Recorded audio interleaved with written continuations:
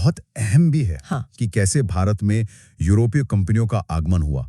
आज के हमारे इस विश्लेषण का मिशन भी यही है, ये समझना कि कैसे कुछ व्यापारिक कंपनियां जो सिर्फ तराजू और बही खाते लेकर आई थी, हाँ। व्यापार करने के इरादे से। सही कहा। वे कूटनीति, धोखे और युद्ध के रास्तों से गुजरते हुए एक पूरे उपमहाद्वीप की नियति की स्वामी बन गईं। मैं जब इन दस्तावेजों को पढ़ रही थी तो ये सब किसी फिल्म की कहानी जैसा लग रहा था। और इस पूरी कहानी में जो सबसे अधिक ध्यान देने वाली बात है ना, वो ये है कि ये केवल क्या हुआ का विवरण नहीं है।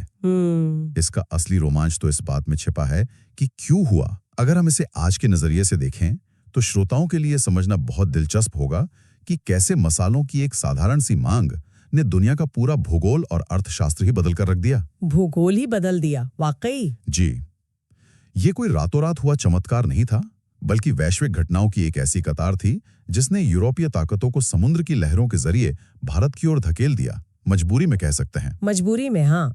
तो चलिए इस कहानी की शुरुआत वहीं से करते हैं जहां से इस पूरी उथल-पुथल का बीज बोया गया था।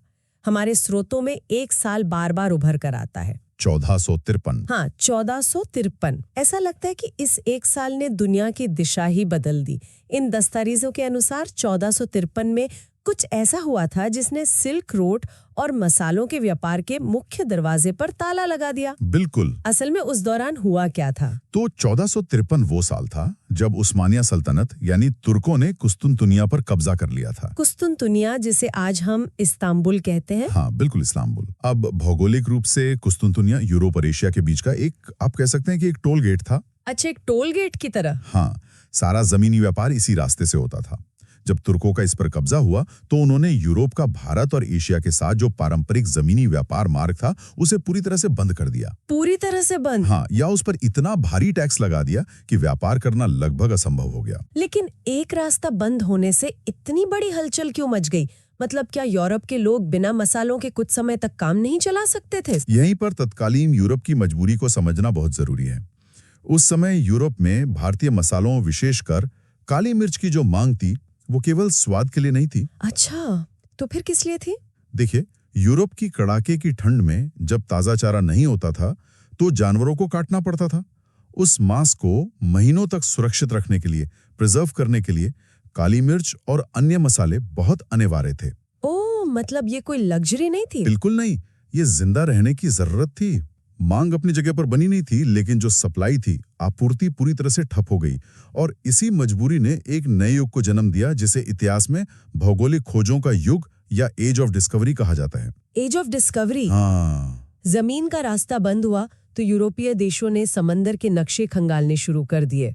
तो जब जमीनी रास्ते बंद हुए तो समंदर के रास्ते नए विकल्पों की तलाश शुरू हुई और यहीं से पुर्तगाल के नाविकों की वो खतरनाक यात्रा शुरू होती है। वास्को डी गामा की यात्रा। बिल्कुल, श्रोतों में वास्को डी गामा का नाम प्रमुखता से आता है, जो 17 मई 1498 को भारत के कालीकट पहुंचता है। लेकिन यहाँ दस्तावेजों में एक बड़ा चौंकाने वाला तथ्य है। जी। जब वास्को डी गामा कालीकट के कपकुडादू बंदरगाह पर उतरा तो वहाँ के हिंदू शासक जमोरिन ने उसका कोई विरोध नहीं किया, बल्कि उसका स्वागत किया। और जमोरिन का वो स्वागत असल में भारतीय व्यापारिक परंपरा का हिस्सा था।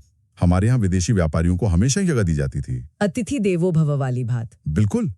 लेकिन इस पूरी घटना का सबसे बड़ा आर्थिक धमाका तब हुआ जब वास्को डी गामा भारत से मसाले लेकर यूरोप पहुंचा। हाँ, और यहाँ जो मुनाफे का आंकड़ा है ना, वो किसी भी व्यापारी का सिर चकरा देने के लिए काफी है। 60 गुना मुनाफा। हाँ, दस्तावेज साफ बताते हैं कि यात्रा का सारा खर्च निकालने के बाद भी वास्को डी गामा ने उन मसालों को 60 गुना अधिक दाम पर बेचा। मतलब 60 गुना मुनाफा। अगर आज के दौर के किसी भी निवेश से इसकी तुलना करें तो इतने बड़े रिटर्न के लिए तो कोई भी अपनी जान जोखिम में डालकर उस लंबी समुद्री यात्रा पर निकल पड़े। वाकई। और ये 60 गुना मुनाफे की खबर यूरोप में जंगल की आग की तरह फैल गई। फैलनी ही थी। ये कोई सामान्य व्यापारिक सफलता नहीं थी। ये एक ऐसा विज्ञापन था जिसने पुर्तगाल के अलावा बाकी यूरोपीय देशों के राजाओं और व्यापारियों को भी ये स्पष्ट कर दिया कि भारत की ओर जाने वाला समुद्री रास्ता असल में कुबेर का खजाना है। कुबेर का खजाना, सही कहा। ये 16वीं सदी का एक तरह से गोल्ड रश था, लेकिन सोने की जगह यहाँ काली मिर्च की होड़ मची थी। और इस होड़ में जाहिर है पुर्तगाल ज्यादा दिन तक अकेला नहीं रहने वाला था। धीरे धीरे अन्य यूरोपीय देश भी इस दौड़ में शामिल होने लगे। दस्तावेजों के अनुसार डच लोगों ने भी इस बहती गंगा में हाथ धोने का फैसला किया। जी, डच ईस्ट इंडिया कंपनी। 1602 में डच ईस्ट इंडिया कंपनी की स्थापना हुई, जिसे VOC भी कहा जाता है। लेकिन इन स्रोतों का गहराई से अध्ययन करने पर एक बात बहुत स्पष्ट होती है कि डचों की व्यावसायिक रणनीति पुर्तगालियों से काफी अलग थी। बहुत अलग थी। और इस पूरी कहानी में व्यापारिक रणनीतियों का ये बदलाव बहुत अहम है। पुर्तगाली पूरी तरह से मसालों के पीछे भाग रहे थे। डचों ने स्थिति को पढ़ा और महसूस किया कि मसालों के बाजार में कंपटीशन बहुत अधिक है। इसलिए उन्होंने मसालों के लिए अपना मुख्य ध्यान भारत की बजाय इंडोनेशिया के द्वीपों पर केंद्रित किया। लेकिन जब बात भारत की आई तो उन्होंने एक बहुत ही स्मार्ट व्यापारिक फैसला लिया। क्या फैसला था वो? उन्होंने मसालों की जगह सूती वस्त्रों यानी कॉटन टेक्सटाइल्स के निर्यात को अपनी मुख्य ताकत बनाया। उन्होंने मसूलीपट्टनम को अपना प्रमुख केंद्र बनाया और भारतीय कपड़ों को दुनिया भर में बेचना शुरू किया। ये तो बहुत ही दूरदर्शी कदम लगता है, एक नए उत्पाद का बाजार तैयार करना। लेकिन फिर भी डच भारत में हमेशा के लिए टिक तो नहीं पाए। नहीं टिक पाए, क्योंकि उनकी ये सफलता ब्रिटिश कंपनी की आंखों में खटकने लगी थी। दशकों तक चले व्यापारिक तनाव के बाद अंततः 1759 में वेदरा का युद्ध हुआ। Battle of वेदरा। जी, इस युद्ध में अंग्रेजों ने डचों को इतनी करारी शिकस्त दी कि भारत में डच शक्ति का पतन हो गया और वे वापस केवल इंडोनेशिया तक ही सीमित रह गए। वेदरा के युद्ध में अंग्रेजों की जीत का जिक्र आते ही हमें उस ताकत के बारे में बात करनी ही होगी जिसने आगे चलकर भारत की किस्मत को अपनी मुट्ठी में कर लिया। British east India company. हाँ, ब्रिटिश ईस्ट इंडिया कंपनी। इसकी शुरुआत भी बड़ी रोचक है। साल के बिल्कुल आखिरी दिन 31 दिसंबर 1600 को महारानी एलिजाबेथ प्रथम द्वारा एक शाही चार्टर जारी किया जाता है। लेकिन ये शाही चार्टर आखिर था क्या? ये कोई साधारण अनुमति पत्र तो नहीं रहा होगा। नहीं, ये कोई साधारण अनुमति पत्र बिल्कुल नहीं था। शाही चार्टर का सीधा सा मतलब था एक कानूनी एकाधिकार, एक मोनोपोली। अच्छा। महारानी ने इस चार्टर के जरिए यह तय कर दिया था कि ब्रिटेन की कोई भी अन्य कंपनी या व्यापारी ईस्ट इंडिया कंपनी की अनुमति के बिना पूर्व के देशों के साथ व्यापार नहीं कर सकता। मतलब घर में कोई कंपटीशन नहीं। एकदम सही। इस एक कागज के टुकड़े ने इस कंपनी को ब्रिटेन के भीतर किसी भी प्रकार की प्रतिस्पर्धा से मुक्त कर दिया, जिससे वे अपनी पूरी ताकत केवल विदेश में यानी भारत में लगा सकें। लेकिन व्यापारिक एकाधिकार तो मिल गया, भारत में एंट्री कैसे मिली? क्योंकि उस समय तो भारत में एक बहुत ही शक्तिशाली मुगल साम्राज्य था। ऐसे में मुगलों के दरबार में जगह बनाना कोई आसान काम तो नहीं रहा होगा। यहीं पर अंग्रेजों की असली कूटनीति काम आई।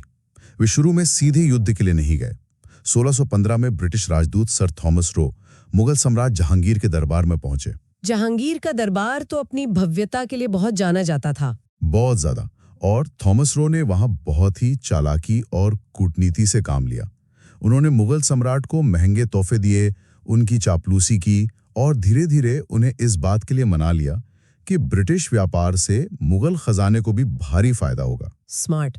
और इसी कूटनीतिक सफलता ने उन्हें भारत के विभिन्न हिस्सों में अपनी फैक्ट्रियां स्थापित करने की वैध अनुमति दिला दी। और यही वो अनुमति थी जिसने आगे चलकर सूरत, मद्रास, बॉम्बे और कलकत्ता जैसे बड़े प्रेसिडेंसी नगरों के निर्माण का रास्ता साफ कर दिया, जो बाद में उनके साम्राज्य के मुख्य स्तंभ बने। बिल्कुल। ऐसा लगता है कि 17वीं सदी के मध्य तक ब्रिटिश कंपनी ने अपना पूरा जाल बिछा लिया था। लेकिन कहानी में एक बड़ा ट्विस्ट आना भी बाकी था। इस यूरोपीय दौड़ में सबसे अंत में एंट्री होती है फ्रांसीसियों की। जी, सबसे आखिर में। दस्तावेज बताते हैं कि 1664 में फ्रांसीसी मंत्री कॉलबर्ट द्वारा फ्रांसीसी ईस्ट इंडिया कंपनी की स्थापना की गई और 1674 में इन्होंने अपनी अहम बस्ती पांडिचेरी की स्थापना की। और फ्रांसीसियों का प्रवेश इस पूरे घटनाक्रम को एक नया मोड़ देता है, क्योंकि उनके इरादे सिर्फ व्यापार और मुनाफे तक सीमित नहीं थे। फ्रांसीसियों की तरफ से एक बहुत ही महत्वाकांक्षी और दूरदर्शी व्यक्ति सामने आया, गवर्नर डुप्ले। डुप्ले, जी। डुप्ले वो पहला व्यक्ति था जिसने गंभीरता से ये महसूस किया कि भारत के राजा और नवाब आपस में बहुत बटे हुए हैं और इस आपसी फूट का फायदा उठाकर भारत में एक फ्रांसीसी साम्राज्य खड़ा किया जा सकता है। और उसकी इसी साम्राज्यवादी महत्वाकांक्षा के कारण भारत की जमीन पर आंग्लो फ्रांसीसी संघर्ष शुरू हुआ, जिसे हम इतिहास में कर्नाटक युद्धों के नाम से जानते हैं, कर्नाटक वॉर्स। कर्नाटक वॉर्स, हाँ। लेकिन इन दस्तावेजों में पढ़ते हुए एक चीज जो काफी उलझाने वाली लगी वो ये कि इन कर्नाटक युद्धों के तार ऑस्ट्रियाई उत्तराधिकार युद्ध से जुड़े हुए बताए गए हैं। इसका क्या मतलब है? ऑस्ट्रिया के युद्ध का भारत से क्या लेना देना? ये बहुत ही दिलचस्प कनेक्शन है। इसे ऐसे समझा जा सकता है कि ब्रिटेन और फ्रांस मूल रूप से यूरोप में पड़ोसी होने के साथ साथ कट्टर दुश्मन थे। अब यूरोप में ऑस्ट्रिया के सिंहासन को लेकर एक बड़ा युद्ध छिड़ गया, जिसमें ब्रिटेन एक तरफ था और फ्रांस दूसरी तरफ। दोनों आमने सामने आ गए। जी, अब जब दोनों के मूल देश यूरोप में एक दूसरे के खून के प्यासे हो गए, तो भारत में बैठी उनकी व्यापारिक कंपनियों ने भी इसे एक बहाने के तौर पर इस्तेमाल किया। अच्छा। उन्होंने भारत में भी एक दूसरे की बस्तियों और जहाजों पर हमले शुरू कर दिए। यानी दुश्मनी यूरोप की थी, लेकिन मैदान भारत का बन गया। वाह, मतलब झगड़ा कहीं और का और लड़ाई कहीं और लड़ी जा रही है। लेकिन इन कर्नाटक युद्धों के दौरान सैन्य रणनीति का एक बहुत ही अहम उदाहरण देखने को मिलता है। 1746 में हुआ सेंट टोमे का युद्ध। Battle of Saint Thome. जी, दस्तावेज इस युद्ध को बहुत महत्वपूर्ण बताते हैं, जहां एक छोटी सी यूरोपियन सेना ने कर्नाटक के नवाब की एक विशाल और भारी भरकम सेना को हरा दिया था। सोचने वाली बात यह है कि ऐसा कैसे संभव हुआ? एक छोटी सी सेना ने इतनी बड़ी फौज को कैसे पछाड़ दिया? इस युद्ध ने असल में भारत में युद्ध लड़ने के पूरे तरीके को ही एक्सपोज कर दिया था। नवाब की सेना बहुत विशाल थी, जिसमें हजारों घुड़सवार और हाथी शामिल थे, लेकिन उनमें आधुनिक अनुशासन की कमी थी। दूसरी तरफ फ्रांसीसी सेना भले ही छोटी थी, लेकिन वे बेहद अनुशासित इन्फेंट्री स्क्वायर बनाकर लड़ते थे। उनके पास तेजी से फायर करने वाली बंदूकें थीं। जब एक साथ गोलियों की बौछार हुई, तो नवाब की सेना के हाथी खुद ही डर कर पीछे भागने लगे। और अपनी ही सेना को कुचल दिया होगा? बिल्कुल, अपनी ही सेना को कुचल दिया। इस एक युद्ध ने यह साबित कर दिया कि आधुनिक हथियारों से लैस एक छोटी लेकिन अनुशासित सेना किसी भी बड़ी लेकिन अव्यवस्थित पारंपरिक सेना को हरा सकती है। ये एक बहुत बड़ा आहा मोमेंट था। इसका मनोवैज्ञानिक असर भी बहुत गहरा हुआ होगा। यूरोपीय ताकतों को ये समझ आ गया कि वे अपनी बेहतर तकनीक के बल पर यहाँ की बड़ी सेनाओं को हरा सकते हैं। एकदम। और यहीं से उन्होंने एक नई और घातक रणनीति अपनाई। किंग मेकर बनने की रणनीति। King maker. जी। उन्होंने देख लिया था कि भारतीय राजा और नवाब गद्दी के लिए आपस में लड़ रहे हैं। फ्रांसीसियों और अंग्रेजों ने यह तय किया कि वे इन आपसी झगड़ों में किसी एक कमजोर दावेदार का पक्ष लेंगे, उसे अपनी अनुशासित सेना देंगे, और जब वो जीत जाएगा तो बदले में उससे अपार धन, जमीन और व्यापारिक रियायतें वसूलेंगे। ये तो एक परफेक्ट बिजनेस मॉडल बन गया। दूसरे की लड़ाई में अपनी सेना किराए पर दो और बदले में पूरा राज्य कंट्रोल करो। बिल्कुल।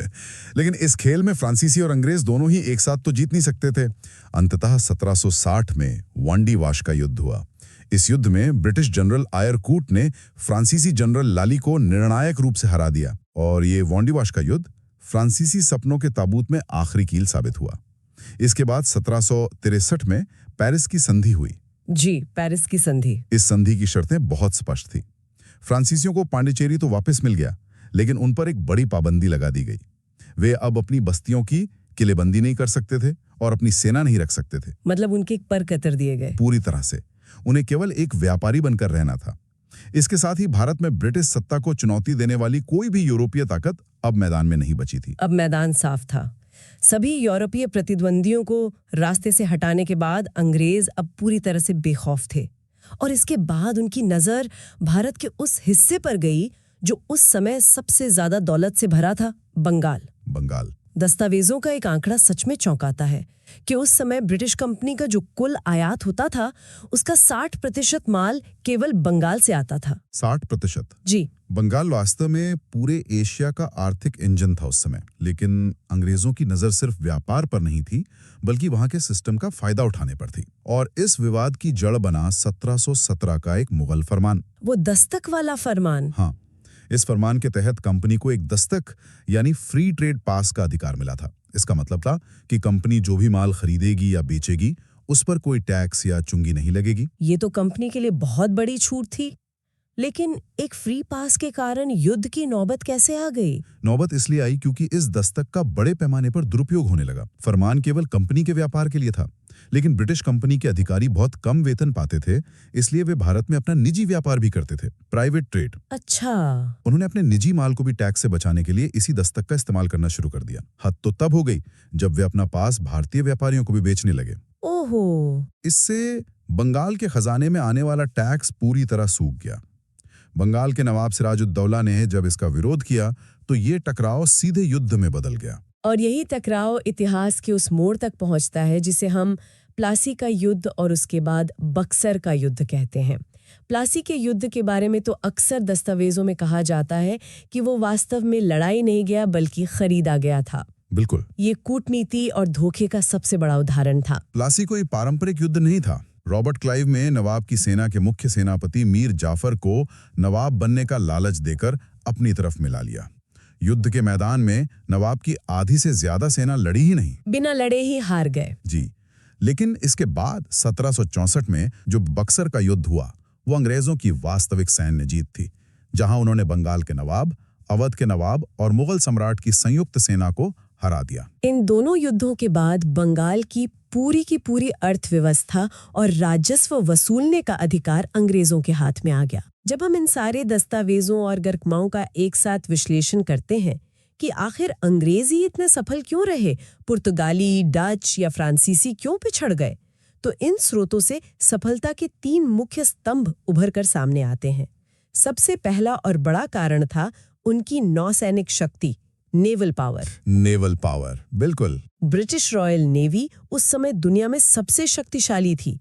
चूंकि भारत से व्यापार का सारा रास्ता समंदर से ही था, इसलिए समंदर पर जिसका कब्जा था, भारत पर उसी का कब्जा होना तय था। इसका दूसरा बड़ा कारण उनका संगठनात्मक ढांचा था। पुर्तगाली या फ्रांसीसी कंपनियां पूरी तरह से सरकारी नियंत्रण में थीं। हर छोटे फैसले के लिए उन्हें अपने देश के राजा या मंत्रियों की अनुमति का इंतजार करना पड़ता था, जो कि बहुत लंबा प्रोसेस रहा होगा। बहुत लंबा। इसके विपरीत ब्रिटिश ईस्ट इंडिया कंपनी एक निजी कंपनी थी, एक प्राइवेट कंपनी। उनके पास एक कॉर्पोरेट मॉडल था। उनके निदेशक तेज और आक्रामक फैसले ले सकते थे। अगर उन्हें युद्ध करना है या कोई संधि करनी है तो वे तुरंत जमीनी हालात देखकर फैसला करते थे। और तीसरा सबसे अहम कारण बंगाल की तिजोरी। प्लासी और बक्सर की जीत के बाद बंगाल का खजाना उनके हाथ लग गया। अब उन्हें भारत से सामान खरीदने के लिए ब्रिटेन से सोना चांदी लाने की जरूरत नहीं थी। बिल्कुल नहीं। वे बंगाल के किसानों से ही टैक्स वसूलते थे और उसी पैसे से भारतीय सामान खरीदकर यूरोप में बेचते थे। इसी पैसे के दम पर उन्होंने अपनी सेनाएं बड़ी की और पूरे भारत को जीतने का अभियान चलाया। इन राजनीतिक और सैन्य पहलुओं से हटकर अगर हम इन सभी घटनाओं के सामाजिक और आर्थिक प्रभावों की बात करें तो तस्वीर के 2 अलग-अलग पहलू सामने आते हैं। एक तरफ सांस्कृतिक आदान प्रदान था। रोजमर्रा की कुछ चीजें जिन्हें हम सदियों से भारतीय मानते आए हैं, वे असल में यूरोपीय अपने साथ लेकर आए थे। हाँ, ये बहुत ही दिलचस्प तथ्य है। आलू, टमाटर, लाल मिर्च, मक्का और तंबाकू, ये सब भारत में पुर्तगालियों की देन है। जरा सोचिए, बिना आलू और लाल मिर्च के आज का भारतीय भोजन कैसा होता? कल्पना करना भी मुश्किल है। वाकई। इसके अलावा तकनीकी क्षेत्र में भी एक बड़ा कदम उठा जब दस्तावेजों के अनुसार 1556 में गोवा में भारत की पहली प्रिंटिंग प्रेस की स्थापना की गई। ये तकनीकी और कृषि से जुड़ा विकास अपनी जगह है, लेकिन अगर हम इसके व्यापक आर्थिक प्रभाव को देखें तो वो बेहद विनाशकारी था। इस पूरी प्रक्रिया ने भारत से धन की निकासी यानी ड्रेन ऑफ वेल्थ की शुरुआत की। Drain of wealth? जी। भारत जिसे कभी सोने की चिड़िया कहा जाता था और जो अपने उच्च कोटि के हस्तशिल्प और सूती वस्त्रों के कारण दुनिया का सबसे बड़ा निर्यातक था, वो धीरे-धीरे एक खोखली अर्थव्यवस्था में बदल गया। यूरोपीय एकाधिकार और बाद में ब्रिटिश नीतियों ने भारतीय उद्योगों को योजनाबद्ध तरीके से नष्ट कर दिया। भारत अब दुनिया को बेहतरीन कपड़े बेचने वाला देश नहीं रहा, बल्कि केवल सूत और कच्चे माल का निर्यातक बनकर रह गया। जी। ये वाकई इतिहास का एक बहुत ही दर्दनाक अध्याय है। तो अगर हम इस पूरे गहन विश्लेषण को समेटें तो इन सभी स्रोतों से ये साफ हो जाता है कि कैसे 18वीं सदी के अंत तक अन्य सभी यूरोपीय शक्तियां या तो भारत से बाहर हो गई या केवल कुछ छोटे क्षेत्रों तक ही सिमट कर रह गई। पुर्तगाली गोवा तक और फ्रांसीसी पौंडीचेरी तक। बिल्कुल। और दूसरी तरफ ईस्ट इंडिया कंपनी, जो एक मामूली व्यापारिक कंपनी के रूप में आई थी, वो अब भारत की राजनीतिक स्वामी बन चुकी थी। ये पूरी यात्रा महज एक कंपनी की सफलता की कहानी नहीं है। प्लासी और बक्सर के युद्धों ने सिर्फ बंगाल ही नहीं, बल्कि धीरे-धीरे पूरे भारत में उस ब्रिटिश औपनिवेशिक शासन का रास्ता खोल दिया जो अगले 200 सालों तक चलने वाला था। बही खाते और तराजू लेकर आने वाले व्यापारी अब सिंहासन पर बैठ चुके थे और भारत के संसाधन अब एक विदेशी साम्राज्य की इमारत खड़ी करने के काम आ रहे थे। ये व्यापार से साम्राज्य तक के सफर की एक ऐसी कहानी है जो हमें बहुत कुछ सोचने पे मजबूर करती है। लेकिन आज की इस चर्चा को समाप्त करने से पहले यहाँ एक ऐसा विचार है जो इन दस्तावेजों से थोड़ा हटकर है, लेकिन श्रोताओं के लिए इस पर विचार करना बहुत दिलचस्प हो सकता है। जी, क्या है वो? जरा इसके बारे में सोचिए। अगर साल 1453 में तुर्कों ने कुस्तुनतुनिया पर कब्जा ना किया होता, अगर वो पुराना जमीनी व्यापार मार्ग कभी बंद ही ना होता, तो क्या वास्को डी गामा कभी समंदर के उस खतरनाक रास्ते से भारत की खोज में निकलता? बड़ा सवाल है। क्या भारत पर कभी यूरोपीय कंपनियों का एकाधिकार हो पाता, या फिर आज दुनिया का नक्शा और इतिहास कुछ और ही होता?